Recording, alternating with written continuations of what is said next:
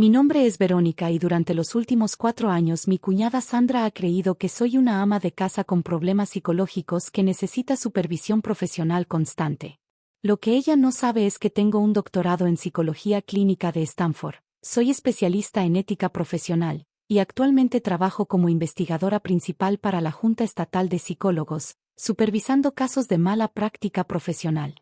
Verónica, ¿podrías ayudarme a servir la comida?, me pidió mi suegra mientras organizábamos la cena familiar dominical. Sandra, mi cuñada, estaba sentada en la sala hablando con autoridad sobre su más reciente caso exitoso con un paciente que supuestamente había curado de ansiedad en solo 3 sesiones. Por supuesto, señora Carmen, respondí mientras llevaba los platos al comedor. Desde mi lugar en la cocina, podía escuchar a Sandra explicando a toda la familia sobre las nuevas técnicas terapéuticas revolucionarias que había desarrollado en su consultorio privado. Es increíble cómo algunos pacientes se resisten al cambio, decía Sandra con voz dramática. Pero cuando tienes la experiencia profesional adecuada, puedes ver inmediatamente cuáles son sus verdaderos problemas.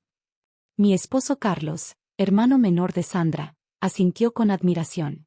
Durante años había visto a su hermana como la exitosa profesional de la familia, mientras que yo era simplemente la esposa callada que se quedó en casa después de casarse. Lo que la familia no sabía era que durante estos 4 años de matrimonio, había estado documentando discretamente las prácticas cuestionables de Sandra. Como investigadora especializada en ética profesional, reconocía inmediatamente las violaciones graves que ella cometía regularmente, diagnósticos sin fundamento, técnicas no validadas científicamente, y lo más preocupante, el uso de información confidencial de pacientes como entretenimiento en reuniones sociales. Verónica, ven acá, me llamó Sandra después de la cena, mientras los demás familiares conversaban en la sala. Quiero hablar contigo sobre algo importante. ¿De qué se trata? Sandra me guió hacia el estudio de mi suegra, cerrando la puerta detrás de nosotros. Sus diplomas de psicología colgaban prominentemente en la pared, junto con certificados de cursos de fin de semana que había tomado para especializarse en diferentes terapias alternativas. He estado observando tu comportamiento durante estos años, y como profesional de la salud mental, tengo algunas preocupaciones. ¿Qué tipo de preocupaciones? Sandra se sentó detrás del escritorio, adoptando su postura de psicóloga profesional que había perfeccionado para intimidar a las personas. Tu aislamiento social es muy evidente. Casi nunca hablas en las reuniones familiares, evitas el contacto visual, y muestras signos claros de ansiedad social. Mantuve mi expresión neutral mientras ella continuaba con su evaluación no solicitada. También he notado patrones de comportamiento obsesivo-compulsivo. La manera en que organizas la cocina, cómo doblas la ropa, tu necesidad de que todo esté perfecto. Interesante observación, respondí suavemente. Además, tu negativa a buscar trabajo después del matrimonio sugiere dependencia emocional severa y posible depresión. Sandra se recostó en su silla, claramente satisfecha con su análisis amateur. Como cuñada que se preocupa por ti, y como profesional de la salud mental, creo que necesitas intervención terapéutica inmediata. ¿Qué tipo de intervención? Bueno, afortunadamente tengo experiencia tratando exactamente este tipo de casos. Podría ofrecerte sesiones de terapia privadas a precio familiar. Mentalmente revisé las múltiples violaciones éticas que Sandra acababa de cometer en menos de 5 minutos. Diagnóstico sin consentimiento, conflicto de intereses al ofrecer tratamiento a un familiar, y uso de terminología clínica para manipular a una persona vulnerable. Sandra, ¿no crees que sería problemático que trates a tu propia cuñada? Normalmente sí, pero en casos de emergencia psicológica, los profesionales podemos hacer excepciones. Y francamente, tu estado mental me preocupa mucho. Mi estado mental. Verónica, no quiero alarmar a la familia, pero he visto casos similares que escalaron a episodios psicóticos completos. Tu aislamiento, tu comportamiento compulsivo, tu dependencia de Carlos, son síntomas muy serios. Sandra se levantó y comenzó a caminar por la habitación, como había visto hacer a los psicólogos en las películas. De hecho, he estado discutiendo tu caso con algunos colegas. Por supuesto, sin revelar tu identidad, solo describiendo los síntomas. Otra violación grave, discutir información confidencial de un supuesto paciente con terceros sin autorización. ¿Y qué opinan tus colegas? ¿Están de acuerdo en que necesitas tratamiento intensivo?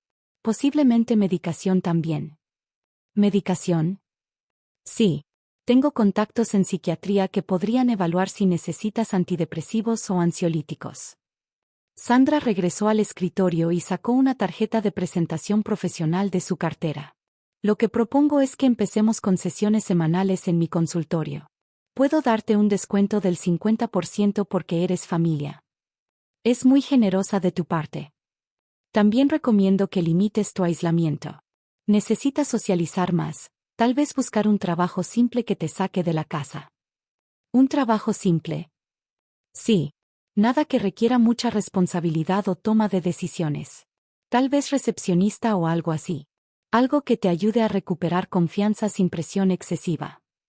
Sandra se inclinó hacia adelante, adoptando lo que claramente creía era una expresión de compasión profesional. Verónica, quiero que sepas que esto no es una crítica personal. Muchas mujeres desarrollan problemas psicológicos después del matrimonio. Es más común de lo que piensas. ¿De verdad? Por supuesto. La transición de la vida independiente a la vida matrimonial puede ser traumática para personalidades frágiles como la tuya.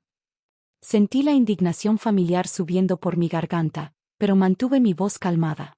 Sandra, ¿puedo preguntarte algo sobre tu práctica profesional? Por supuesto. ¿Con qué frecuencia actualizas tu entrenamiento en ética profesional? Sandra parpadeó, claramente no esperando una pregunta técnica. Bueno, tomo cursos de educación continua regularmente. Es un requisito para mantener la licencia. ¿Y esos cursos incluyen módulos sobre diagnóstico apropiado? Por supuesto. Soy una profesional completamente capacitada. ¿Y sobre las restricciones éticas para tratar familiares? Verónica, creo que estás evadiendo el tema principal, que es tu necesidad de ayuda psicológica. Sandra se levantó, claramente incómoda con el giro de la conversación. No estoy evadiendo nada. Solo tengo curiosidad sobre los estándares profesionales. Los estándares profesionales son muy claros. Los psicólogos tenemos la responsabilidad de identificar problemas de salud mental y recomendar tratamiento. ¿Incluso sin evaluación formal? Una profesional experimentada puede identificar síntomas obvios sin necesidad de protocolos burocráticos. Me levanté lentamente, alisando mi vestido. Sandra, ¿puedo hacerte una pregunta más personal? ¿Qué? ¿Alguna vez has considerado que tal vez no soy yo quien tiene problemas psicológicos? ¿Qué quieres decir? Quiero decir que una persona que diagnostica familiares sin consentimiento, que ofrece tratamiento con conflicto de intereses, y que discute casos confidenciales en reuniones sociales podría estar proyectando sus propios problemas profesionales. El rostro de Sandra se puso rojo. ¿Cómo te atreves? Soy una psicóloga licenciada con años de experiencia. Tienes razón. Necesito ayuda profesional para entender estas dinámicas. Exactamente. Por eso mañana voy a reportar nuestras conversaciones a la Junta Estatal de Psicólogos. Sandra se quedó inmóvil. ¿Vas a hacer qué? Voy a documentar formalmente las múltiples violaciones éticas que has cometido durante años. Eso es ridículo. Tú no entiendes cómo funcionan estos procesos. ¿No? Bueno, supongo que lo averiguaremos. Esa noche, redacté un informe detallado documentando 4 años de observaciones sobre las prácticas no éticas de Sandra. Como investigadora principal de la Junta Estatal, tenía acceso a todos los registros de quejas previas contra ella, y descubrí un patrón preocupante de violaciones similares que nunca habían sido investigadas apropiadamente. Mi teléfono sonó exactamente a las 9 de la mañana del día siguiente.